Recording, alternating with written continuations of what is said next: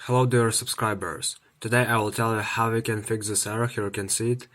Location is not available, is not accessible, access is denied. So what it means, if you try to open some local disk on your computer, you can see this error. So first you need to open your file manager, my computer.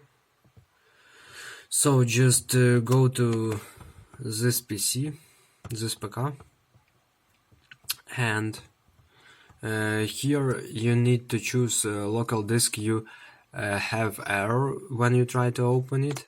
Just right click on it, choose properties, and here you choose security.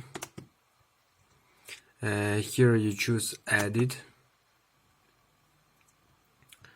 So here in allow you need to get all functions, full control, modify, read and execute, list folder contents, read, and here if you don't have your administrator you need to add it. So just click here add, and now here you need to enter your administrator name, and just after you write it click on check. If you don't make a mistake, you will just system will just check name you write here, and just after you do it just click OK and close it.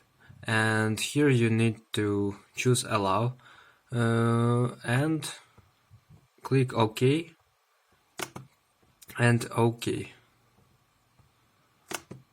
So after you do it, I hope that you won't see this error again. So thanks for watching, have a nice day, subscribe to my channel, click like and goodbye.